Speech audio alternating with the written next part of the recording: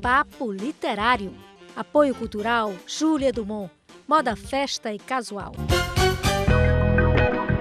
Olá! O Papo Literário de hoje está sendo apresentado de um local bem bacana.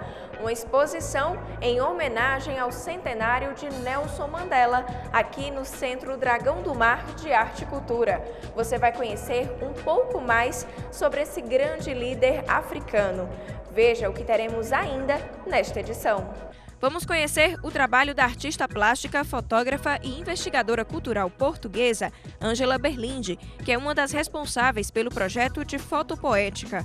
Tem também o novo livro do escritor premiado, Francisco Torres, Semeando em Terra Seca, e uma entrevista especial com o escritor especialista em Copa do Mundo, Ayrton Fontinelli. É tudo agora no Papo Literário.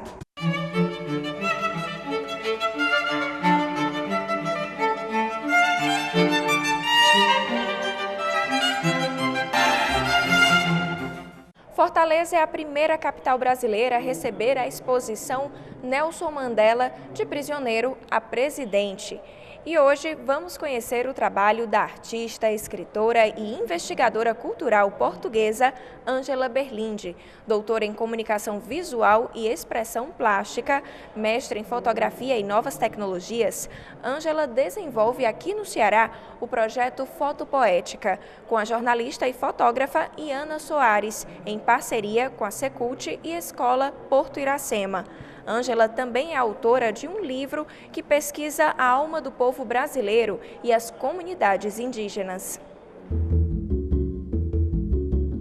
A artista portuguesa Ângela Berlinde vem ao Nordeste desde 2004, com a intenção de desenvolver um processo de investigação sobre as comunidades indígenas locais e saber que lugar a fotografia ocupa nestas comunidades. De que maneira é que nós nos relacionamos com a imagem, não só a imagem fotográfica, mas também com o nosso processo de autoestima.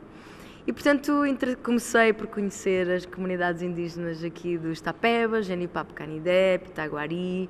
Portanto, foi mais ou menos por esse território que comecei a fazer a investigação. Interessava-me, sobretudo, o que era um caldeirão de culturas, pleno de mitos, de arquétipos, de simbologias. Tradição oral que se expressa na tradição visual e também na relação que as comunidades estabelecem com a sua imagem, com aquilo que elas olham sobre si, de que maneira é que se identificam ou não como comunidades indígenas. Essa investigação resultou no livro Coração de Índio, feito de modo artesanal e com a participação dos indígenas por meio de oficinas. Oficinas de autorrepresentação que desenvolvo primeiramente com crianças indígenas, para depois os adultos se aproximarem e poderem também testar o que era esse processo de pintura sobre fotografia. E, portanto, desenvolvo este livro de artista, que é um livro analógico. Quando eu digo analógico, todo o manual, feito à mão, é bordado. E ele traz uma relação muito curiosa com a pintura e com a literatura, porque é um livro que vai contando algumas histórias sobre o princípio do mundo e, portanto, traz assim algumas espécies de janelas que abrem através do desenho, da pintura e nos conduzem até à palavra. Segundo a artista, esse processo conduz ao que é a fotopintura no Brasil e principalmente no Nordeste. Muito viva, muito vibrante, através do mestre da fotopintura, que é o mestre Júlio Santos, que é um fotógrafo que ainda faz um colorizado das fotografias para captar também a alma de um povo. Então seria assim uma linguagem poética visual? Sim, totalmente. Marcada por uma componente muito forte que é a estética da afetividade. As nações indígenas ainda são nuclearmente movidas pelo afeto, ou seja, são indígenas porque se sentem indígenas. Eu sinto-me indígena e por isso eu reclamo a minha nação indígena. E é isso que também nos leva a pensar sobre o que é a estética deste afeto. Sendo portuguesa, Ângela fala da importância do olhar do outro. Curiosamente é muito mais difícil falarmos de nós mesmos do que falarmos dos outros. O olhar para o outro tem muito também no sentido de olhar nós mesmos. E portanto eu sou estrangeira, em terra que eu amo muito, que é o Nordeste, que é o Brasil. mas também olho no sentido de ter um olhar mais distanciado, e quando se olha mais longe, olhamos mais próximo, olhamos também para dentro de uma maneira muito mais, talvez lúcida, talvez... Bom, é sempre uma perspectiva diferenciada. E é através deste olhar que também os indígenas se reconhecem e se levam a refletir-se e olhar-se também nesta atitude de respeito, de dignidade, de olhar também para si mesmo.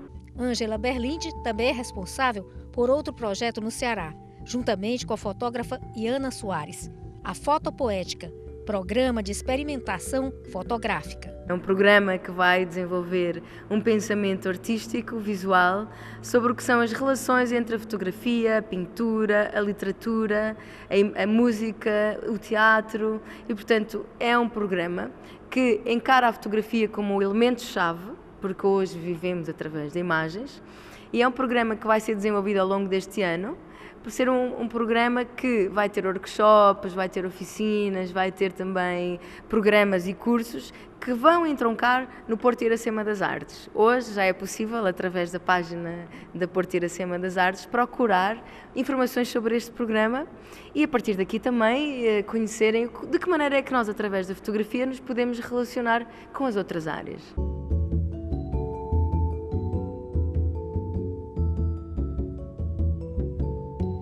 Quem diz o livro de cabeceira de hoje é a Flávia Almeida, educadora aqui do Museu da Cultura Cearense. O livro que eu vou estar indicando hoje é o livro que eu estou lendo agora, esse aqui. Ele se chama A Natureza Autoritária do Estado no Brasil Contemporâneo, de Carlos Bauer, um historiador que estudou sobre essa questão da natureza autoritária no Estado brasileiro e como essa questão vai se construindo a partir da ditadura militar no Estado, né? É um livro que também tem tudo a ver com a exposição do Nelson Mandela e que dá para traçar vários paralelos, né, com a história da África do Sul e a história do Brasil. Então, eu recomendo muito, é muito boa a leitura, é bem pequenininho ele, como vocês podem ver. Então, esse é o meu livro. Como fazemos em todos os períodos de alta estação, o Papo Literário lança nesse mês de julho o concurso de poesias. O tema é livre e os concorrentes devem enviar poemas com o tamanho máximo de uma lauda. Os 3 primeiros colocados vão receber diplomas e kits de livros. Envie seu poema para o nosso e-mail ou endereço postal e participe. E se você deseja se comunicar com a gente, anote aí o nosso e-mail, papoliterário@tvceara.ce.gov.br. O endereço é Rua Oswaldo Cruz, 1985, bairro Aldeota, Fortaleza, Ceará. CEP 60125048 e o telefone é DDD 85 3101 3125. Quer saber mais sobre Copa do Mundo? No próximo bloco tem uma entrevista especial com um escritor especialista nesse assunto, Ayrton Fontinelli. A gente volta já. Papo Literário. Apoio cultural Júlia Dumont. Moda, festa e casual. O Papo Literário está de volta aqui da exposição Mandela de Prisioneiro a Presidente. E amanhã acontece a final da Copa do Mundo de Futebol na Rússia. Bem que a seleção brasileira podia estar lá, não é mesmo? Mas tivemos uma boa participação e não deu desta vez. Mesmo assim, ainda somos o país mais vencedor nessa competição de todos os tempos. Somos pentacampeões. Um livro do pesquisador Ayrton Fontinelli mostra essa bela trajetória brasileira nas Copas. O autor conversou com a jornalista Mônica Silveira sobre o assunto.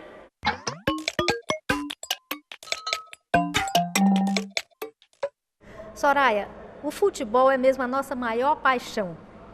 E o ponto alto do futebol é a Copa do Mundo. Por isso é uma grande honra estar aqui com o maior especialista nesse assunto aqui no Ceará, o escritor Ayrton Fontinelli, que lançou essa preciosidade aqui. O Brasil em todas as Copas do Mundo, 1930 a 2014, e com um encarte super atualizado, não é isso, Ayrton? Alusivo à Copa de 2018, né? Só não tem os resultados. tem as eliminatórias. A campanha do Tite. A retrospectiva é exatamente. Aliás, o Tite muito bem na seleção, só teve um revés em 23 jogos. Me diga uma coisa, Ayrton, como foi que você se interessou por esse assunto, de fazer a história da Copa do Mundo em livro? Não, isso aí já vem há tempo, né? Desde 1986 que eu lancei, esse é o 9º livro, né? Acompanhamos a Copa do Mundo desde 1938. Aliás, não gostava de futebol, mas meu saudoso irmão que partiu este ano, Zé Cândido, ele me levou para ouvir na residência. No dia, ainda me lembro até a data, 5 de junho de 38, o Brasil ganhava da Polônia de 6-5, um jogo que foi decidido na prorrogação. Aliás, por coincidência, esse jogo da seleção foi o que teve mais gol do Brasil em Copa do Mundo, 11 gols, né? Porque ele empatou 4-4 no tempo normal, em Estrasburgo, na França, na fronteira da Alemanha, e ganhou na prorrogação de 2-1. Teve 11 gols, né? Inclusive o Leônidas da Silva, que foi até motivo de polêmica minha com publicações do país, e Leônidas fez 3 gols. Esse livro também tem muitas curiosidades, né?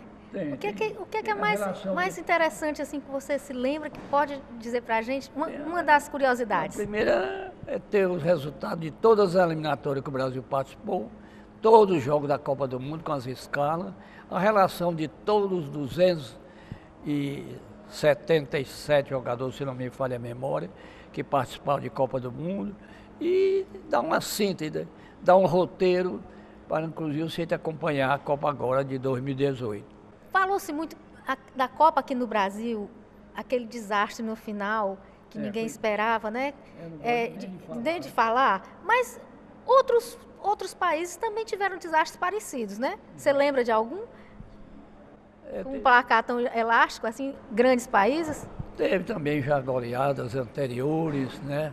Por exemplo, a Argentina, 58-2, ela perdeu da Tchecoslováquia 6-1, né? Mas o Brasil também deu grandes goleadas. Qual foi a maior goleada que o Brasil já deu em Copa? Sim, tivemos grandes goleadas, como por exemplo, vamos falar em termos de decisão, a de 1958, nós vencemos a Suécia dentro de Estocolmo por 5-2, né? Foi uma grande goleada, né? Inesquecível, né? Nessa seleção aí tinha Pelé, Garrincha? Na de 58 tinha Garrincha e Pelé, Djalma Santos, Bellini, o grande centroavante, o Vavá, né? Qual é, assim, na sua opinião, a maior seleção que nós já tivemos? Ou existem diferenças e não precisa ser comparado? Você é uma moça inteligente, só está me fazendo perguntas difíceis.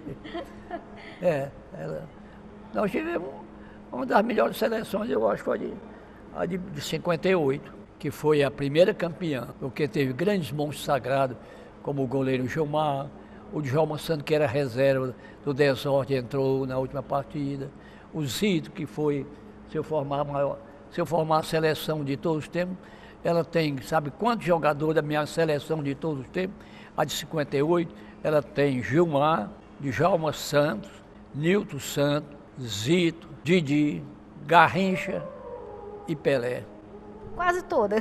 Quase eram 7. Os outros que entram, o Domingo da Guia, que foi de 38, mas o Brasil tirou o 3º lugar. E teve também o Leônidas da Silva, que eu boto como centroavante. O ataque seria Garrincha, Leônidas e Pelé.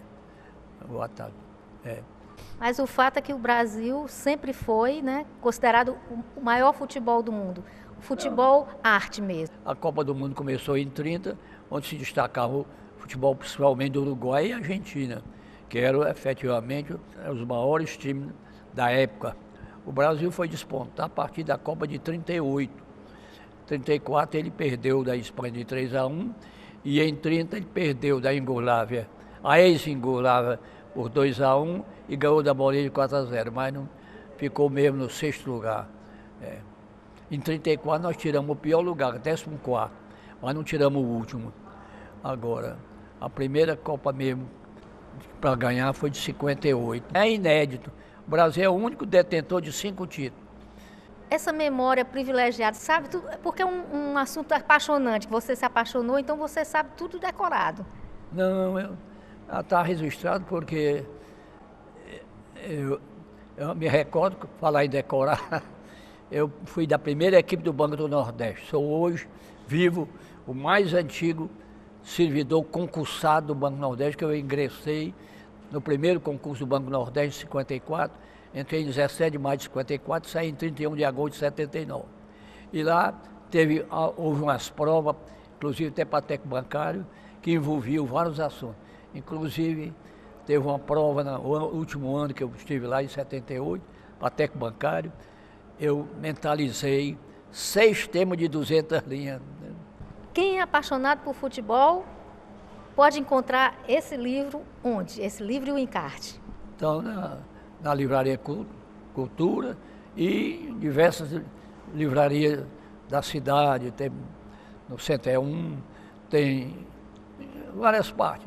Que a minha filha Elizabeth, que colabora muito comigo, praticamente ela que está assumindo o comando da Sala João Saldanha. Esse livro é encontrado em várias livrarias, né? Tem também a página no Facebook, né? Exato. Quem quiser pode procurar na página também, fazer encomenda, né? Essa parte de venda eu deixei mesmo com ela, né? Parabéns mais uma vez para esse livro, que é uma enciclopédia da Copa do Mundo, né? Se tornou isso aqui. Feliz de estar vendo aqui novamente na Mônica Silveira, uma jovem escritora que eu admiro muito pelo seu talento, pela sua maneira agradável de nos receber, e a imprensa cearense é enriquecida com a presença dela.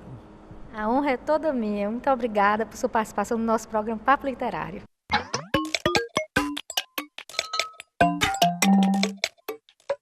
Após o intervalo, você vai conhecer o novo livro do escritor premiado Francisco Torres, Semeando em Terra Seca, e um clipoema inspirado nos versos de Tessitura do Tempo, de Rosa Moreno. Papo Literário. Apoio cultural Júlia Dumont. Moda, festa e casual. O Papo Literário está de volta aqui da exposição Nelson Mandela, de prisioneiro a presidente. E nesta parte, o visitante pode conhecer um pouco da vida política, infância e como foi a educação de Mandela. E hoje vamos mostrar o novo livro do escritor premiado Francisco Torres, que foi lançado no Ideal Clube. Publicado pela Prêmios Editora, a obra Semeando em Terra Seca traz mensagens de esperança em forma de versos. O livro Semeando em Terra Seca, de Francisco Torres, faz uma simbologia da estiagem nordestina, com a falta de sentimentos mais positivos nos corações das pessoas. Eu usei assim, uma polissemia, né, que na verdade ele fala sobre a questão da terra, da sequidão, mas ele remete também à questão hoje dos corações, né? Os corações estão precisando de esperança, né? Então esse livro, assim, o que ele se propõe é exatamente levar mensagens, né? Mensagens alvissareiras, né? Que a gente está vivendo um tempo muito bicudo, né? Uma das coisas que me caracteriza é assim, os meus poemas são muito ecléticos, né? Então eu tem poemas de cunhos sociais, né? Tem poemas que abordam mesmo a terra, tem poemas críticas, né? Assim, um pouquinho crítica políticas, né?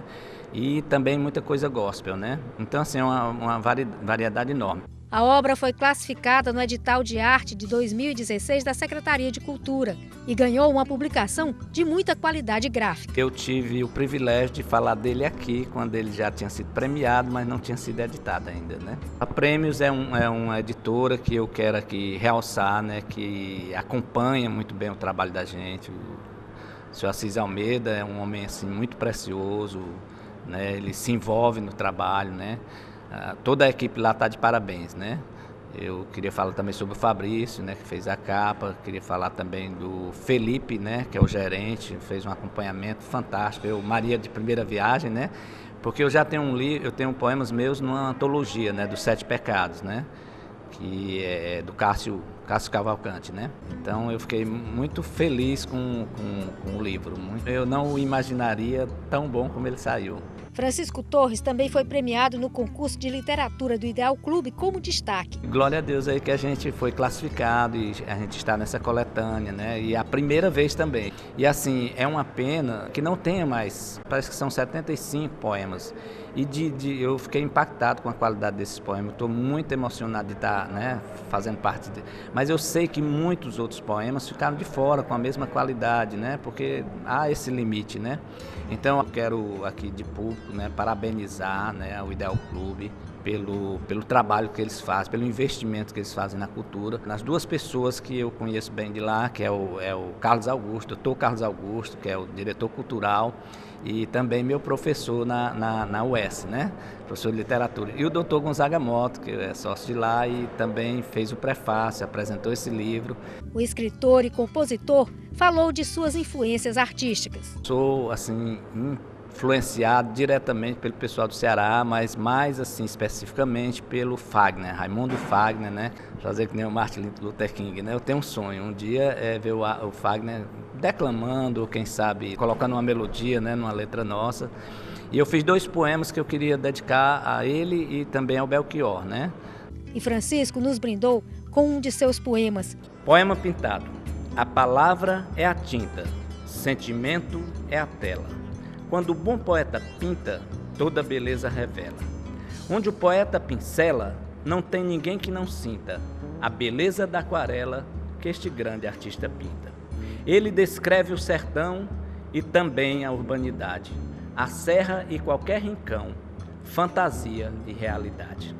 Reflete a necessidade, a falta que faz o pão e o ressurgir da saudade das cinzas de uma paixão.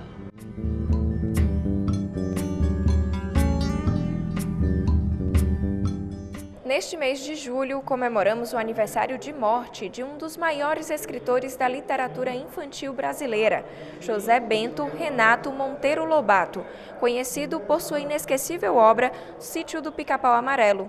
Lobato é nossa imagem literária da semana.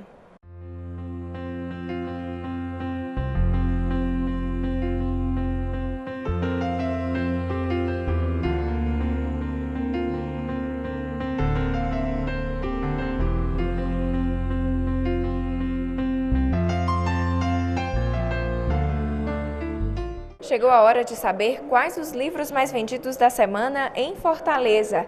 A pesquisa foi feita na livraria Leitura. O livro de autor estrangeiro mais vendido da semana em Fortaleza tem um título bem sugestivo: A Sutil Arte de Ligar o Foda-se, de Mark Manson. Ao invés de seguir o caminho mais badalado do pensamento positivo para alcançar o sucesso, o autor traz outra alternativa. Com bom humor, ele mostra que não é pecado se deixar abater quando está no fundo do poço e que é preciso sim conhecer seus limites e procurar saber o que realmente importa. O resto, deixa para lá. Já a obra de autor nacional mais comercializada foi Combate Espiritual, do padre Reginaldo Manzotti.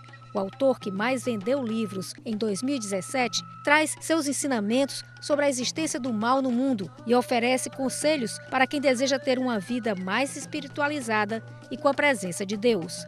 E o livro de autor cearense mais vendido foi Poesia que Transforma, de Braulio Bessa. O autor é natural de Alto Santo, interior do Ceará, e conquistou o público com seu primeiro livro, Poesia com Rapadura. Agora emociona com mais de 30 dos seus poemas. Ilustrado pelo artista baiano Elano Passos. A obra traz depoimentos de fãs de todos os cantos do país, uma inspiração às mudanças. Nosso clipoema de hoje foi inspirado nos versos de Tercitura do Tempo, da escritora premiada Rosa Moreno, nascida em Itapipoca, interior do Ceará. A autora recebeu menção honrosa do Prêmio de Literatura do Ideal Clube. A narração é de Henriette de Salve. Não há transparência andando nas esquinas. Ruídos são silêncios das horas. Absurdos são gemidos do tempo. Muralhas mais altas que sonhos acenam. Nada é simples no complexo dos dias. Desgastes e fastios percorrem consciências. Nenhum gesto evidencia desejos. A anestesia paralisa a marchar dos transeuntes. Toda a cidade dorme para além do meio-dia. As perguntas envelhecem sem respostas. O Papo Literário de hoje fica por aqui. Esperamos que vocês tenham gostado de conhecer um pouco da exposição Nelson Mandela de Prisioneiro a Presidente, que fica em cartaz aqui no Centro Dragão do Mar até o dia 30 de julho. E o acesso é gratuito. A gente volta a se encontrar no próximo sábado com mais informações literárias. Até lá!